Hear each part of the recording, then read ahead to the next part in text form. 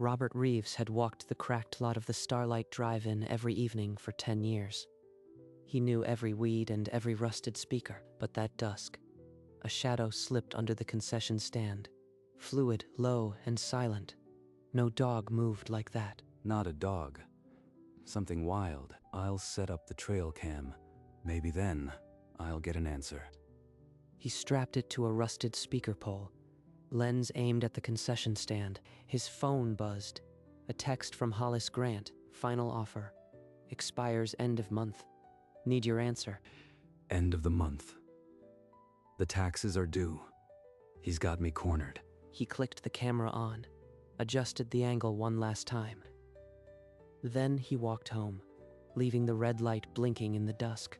That night, the camera caught a pair of amber eyes staring back through the darkness. The next morning, Robert pulled the memory card and stared at the screen. There, in grainy color, a bobcat lay in the weeds, 2 tiny spotted cubs nursing at her side. She's not just passing through.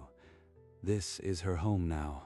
His phone buzzed on the desk, Hollis Grant's name lighting up the display. Robert, I've got a developer who'll top my last number by 15%, but he walks if you don't sign by end of week. End of the week. I need more time.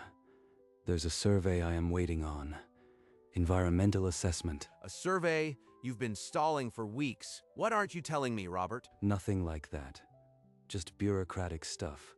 Give me till Monday. I'll have an answer. He ended the call and looked back at the screen. Those amber eyes from the night before. They had a family to protect. And so do I. Now. Even if I can't say it. 2 weeks slipped by. Robert checked the trail cam each morning, watching the cubs wobble after crickets in the cracked asphalt. The mother taught them to stalk. Low bellies, twitching tails. The ruined lot became a training ground. This place is their world now. I can't be the one who takes it away. A courier delivered a formal purchase agreement. The cover letter read, "Final offer. 40% above appraisal. Expires in 10 days. 40%. That would cover every debt. But these cubs can't write checks. He set the contract aside and replayed the footage. The mother dragged a rabbit to her cubs, their tails high with excitement. The environmental survey hit another delay. I need more time, maybe a month. A month? This isn't a survey, Robert. You are hiding something, and my investor is losing patience. Hang up. Just hang up. Don't say a word about the cats. He hung up and stared at the screen. The mother was teaching the cubs to pounce in the long shadows. Tomorrow he'd think of another excuse. 3 nights later, a front rolled in fast over the ridge. Lightning forked behind the screen tower, and the lot went black. The cubs can't have left. They'll be caught out in this rain. He drove through the downpour, headlights cutting sheets of water, and parked at the lot's edge. Under the tower's iron base, he saw them. The mother lay curled around the cubs, water streaming inches from their dry patch of gravel. He watched for an hour until the storm passed. The next morning, the lot was steaming in sun, and one cub shook water from its ears. That old tower kept them alive. This place isn't just dirt, it's a lifeboat. He walked back to his truck and picked up his phone. Hollis's number was already on the recent calls. Hollis, it's Robert. That survey, it's going to take a while longer. Soil tests at the county got backed up. Earliest is next month. Next month? I don't believe a word of this, Robert. But fine, I'll extend. Just know, my patience has a limit, and so does my offer. Robert ended the call and looked across the lot. The mother bobcat was leading her cubs into the weeds. He drove home, the lies piling up, but the land now felt like a promise. Over the next month, the cubs doubled in size.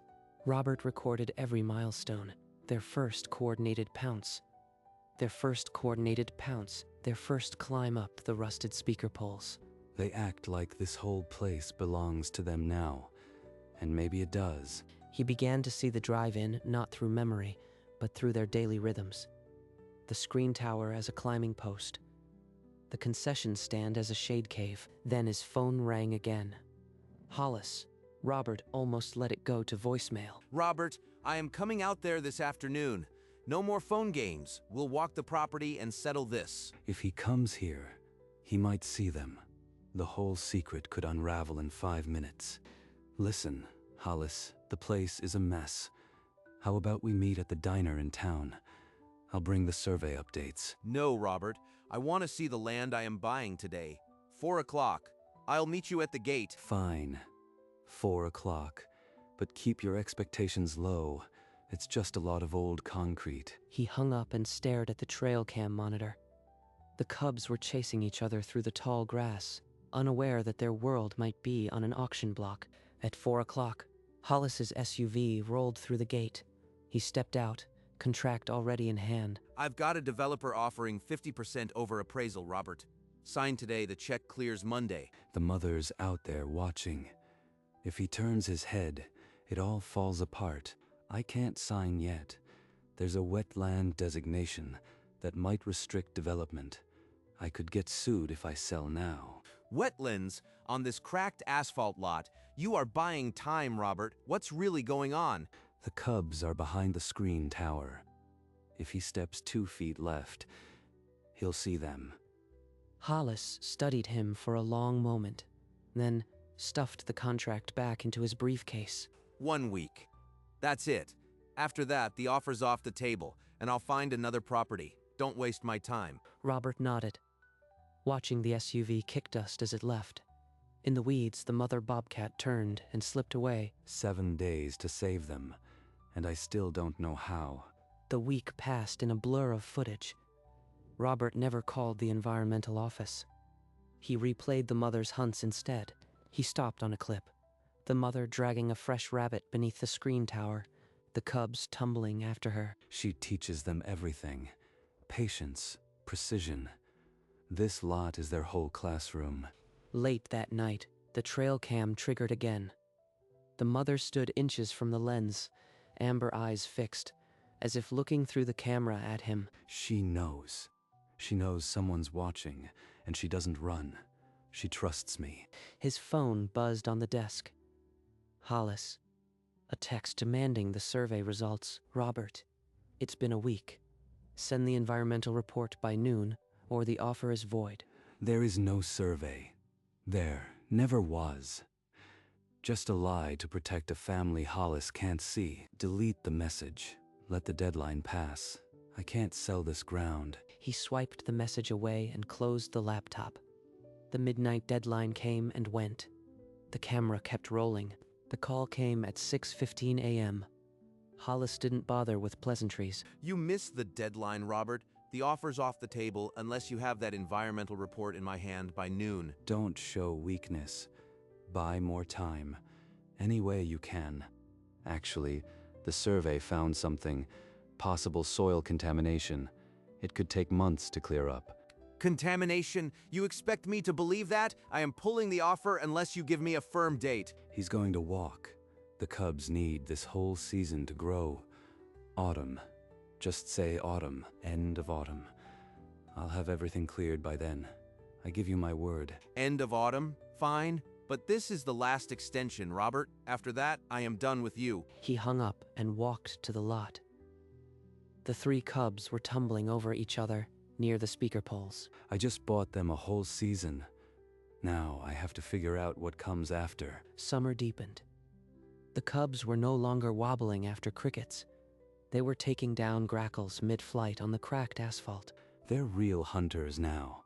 But every time I lie to Hollis, it cuts deeper. A debt I can't repay. One morning, a neighbor walking her dog stopped at the gate.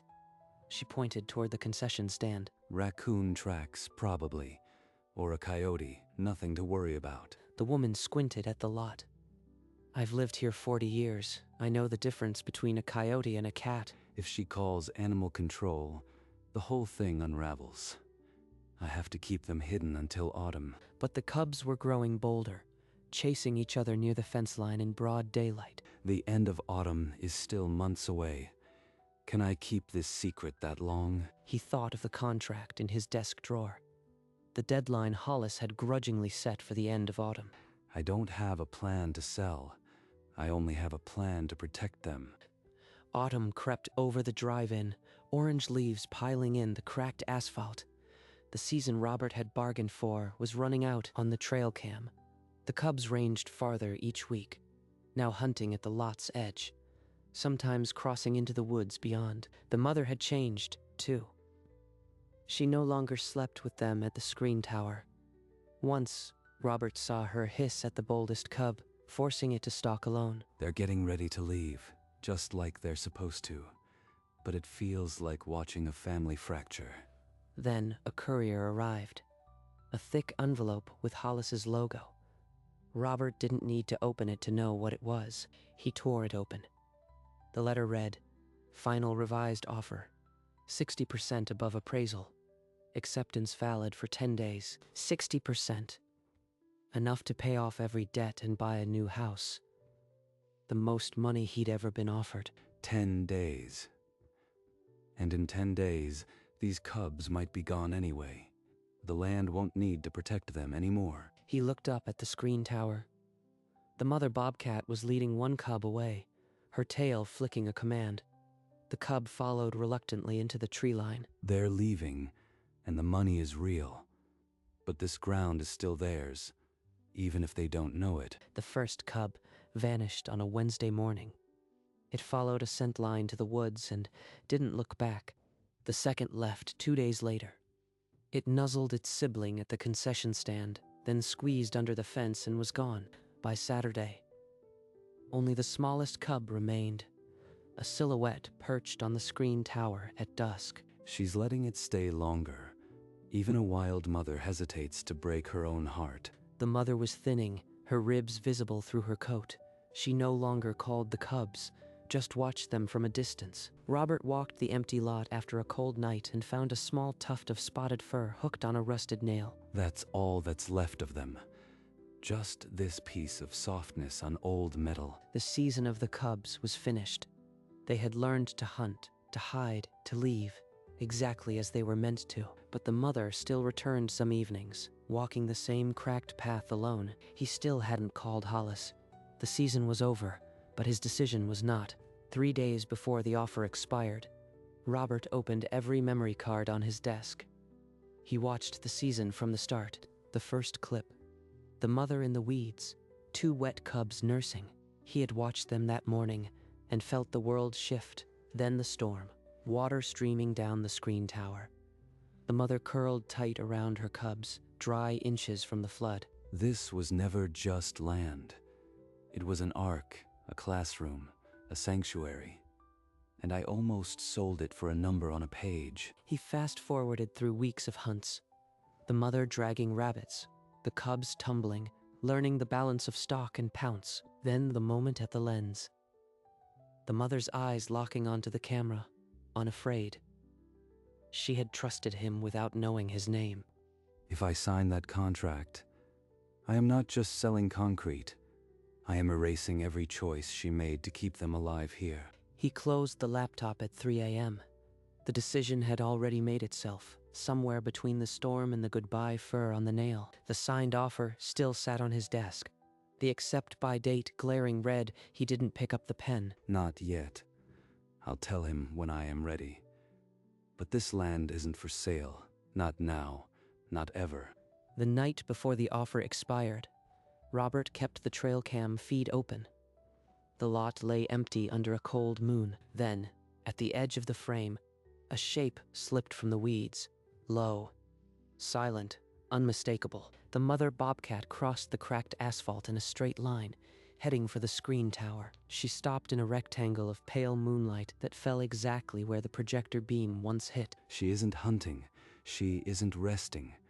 She's saying goodbye to this place. She stayed for nearly an hour, ears still, eyes closed, as if listening for the ghost of a movie. Then she stood, gave one long look toward the camera, and vanished beyond the screen. That wasn't just a bobcat passing through. That was a farewell and a permission. He sat motionless as the feed showed only the empty patch of light. Tomorrow he would call Hollis. Tonight he let the camera roll on the empty lot. The next morning, Robert picked up the phone and dialed Hollis Grant. His hand was steady. His voice was calm. Hollis, it's Robert. I'm calling to tell you the land isn't for sale. Not now, not ever. You can't be serious. We had a deal. Extensions, promises. You said there was contamination. There was no contamination. There was never a survey. Just a family of bobcats. I couldn't bring myself to evict. Bobcats. You threw away 60% over wild animals. I'll see you in court for breach of promise. Let him threaten. For the first time in months, my chest doesn't feel like it's holding water. He walked out to the drive-in lot and sat on a rusted speaker pole, the same kind the bobcat used to perch on. You were right, Mother Cat. Some ground is worth more than money. From above, the starlight looked like a cracked postage stamp, but it was his and theirs. He never sold the land. The bobcats had gone, but the place remained, and so did the promise. Days passed. The mother never returned. The trail cam caught only windblown leaves and thin autumn light. Robert sat in the old projection booth, the memory card spread before him, and began to stitch a silent reel, not for broadcast, just for himself. The sunrise over the cubs, the storm shelter, the hunts in tall grass. This isn't for anyone else. Just a record that this ground was theirs. He walked to the screen tower, holding a small, smooth stone he'd found near the concession stand. No name, no date. Just a mark that something happened here. He pressed the stone into the earth, where the projector beam once lit the cracked concrete. The sun was low, throwing long shadows across the weeds. The lot was quiet. She won't come back, but this place will always remember. He stood, looked up at the silent screen, and walked back to his truck as the first stars appeared. A month after the bobcat's farewell, the phone rang again. Not Hollis Grant, a land trust looking to preserve neglected habitats. They had heard about a bobcat family that had nested there. The land qualified for a conservation easement. Yes, I'd like that. Let's do it. No development forever. He drove to the lot and pounded a new sign into the earth. Conservation area, protected forever. The morning sun caught the letters. The easement meant the drive-in would never be bulldozed. The screen tower would stand until it rusted into the ground. I did it. They can come back anytime or never, but the door stays open. He felt the weight of 30 years lift, not just the debt, but the guilt of almost selling something irreplaceable. The starlight would remain a monument to movies, memories, and one quiet mother who trusted a stranger. It's hers as much as mine. Always will be. The easement was recorded. The starlight belonged to no one now, and to everyone who needed it. Winter crept in overnight. A thin dusting of snow settled on the screen tower, the lot falling silent and gray. From the sky, the starlight was a white frosted grid of cracked asphalt, the only footprints leading to the trail cam. Robert waded through the weed stalks, the cold biting his cheeks. The trail cam's red light blinked under a crust of ice. He unlatched the weatherproof case and slid out the tiny memory card, the final one of the season. Full card. Probably just wind-blown snow and empty frames. He loaded it onto his laptop at home. The last image was nothing but a blur of white flakes against the dark, but he knew, somewhere in the forest, the mother was navigating the lean winter, just as her cubs were doing. They're still out there, surviving. That's enough. He set the card in the box with the others, a stack of plastic that held every hunt, every storm, every flick of a tail. He left the camera mounted, but turned it off. The season was over, and the land would sleep until spring. The snow melted, and the starlight turned green again. Robert's morning walks never missed a day, near the base of a rusted speaker pole. The mud was soft from last night's rain. Embedded in the earth was a small track, round pad, 4 toe marks, a cat's signature. Bobcat? Maybe. The size is right for a young one. He smiled, straightened his back, and didn't follow the trail. Let her keep her secrets. The land knows how to take care of itself now. He walked past the screen tower where the mother once sat, past the concession stand's shadow. The conservation sign stood firm. The place belonged to the wild again. If she came back, she'd find everything she needed. He turned for home, the lot humming with new life. Behind him, the trail cam stayed dark, Robert climbed the stairs to the projection booth. For the first time in months, inside, dust danced in the afternoon light. The old projectors stood like sleeping machines. He picked up an old film can and threaded a reel onto the nearest projector. He didn't turn on the lamp when he flipped the switch.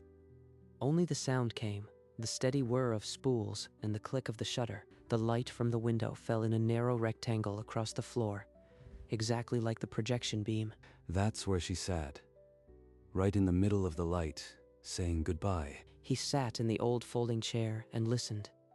The reel turned, frame after blank frame. It's enough to know they were here, to have the sound of a machine that once filled this place with stories. The reel clacked to the end, the tail flapping. He didn't get up.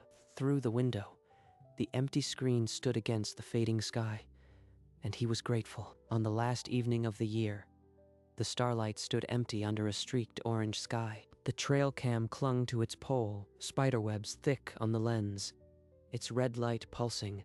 It had been left on for months, capturing only rustling leaves and the occasional field mouse. But a minute before full dark, a shape appeared at the edge of the frame. A lone bobcat crossed the cracked asphalt, low and silent, not pausing at the concession stand. The camera caught only the motion, a flicker of fur, a tail passing through the static night. It reached the foot of the screen, paused once, then slipped into the shadow of the woods. The screen stood empty. The lot returned to dark silence. The camera saw only the same empty frame, the red eye blinking in the dark, and the drive-in remained, a quiet cathedral of rust and memory, with no one left to see it. But the night, spring brought green through the cracks. The lot woke up, the screen tower watching over new weeds. Summer heated the old metal. Thunderheads built behind the screen. But the storms passed. Autumn scattered orange across the asphalt. The speaker poles stood in quiet rows. Winter dusted the screen with snow. The tower stood like a monument in white silence, and the bobcats were a story that the land still told in its bones. A season of stalking through rust, of shelter under steel, of amber eyes in the dark. They had been here, and because of one man's quiet choice, they always could be again. The seasons would keep turning. The starlight would wait. No projector lit the screen, but the land was its own film now. A story told in rust, weeds, and the echoes of wild footsteps. The screen darkened to black, swallowing the last glimmer of light from the abandoned lot on the void. Two small words appeared in quiet white letters. One season. The wind swept across the drive-in, rustling through the weeds like a hushed secret. Then a cry pierced the dark, a bobcat's scream, distant and sharp and utterly wild. Or perhaps it was only the wind, bending through the rusted frame of the screen tower. Either way, the sound faded into the deep silence of the night, swallowed by the dark. The trail cam saw only the empty frame, its red light still blinking in the corner of view. Then the light went out, and the camera was blind. Its watch finally over. The starlight returned to its long sleep, dreaming of movies and wild footsteps in seasons past. And the story of one season was done, left to the land and the night and the wind.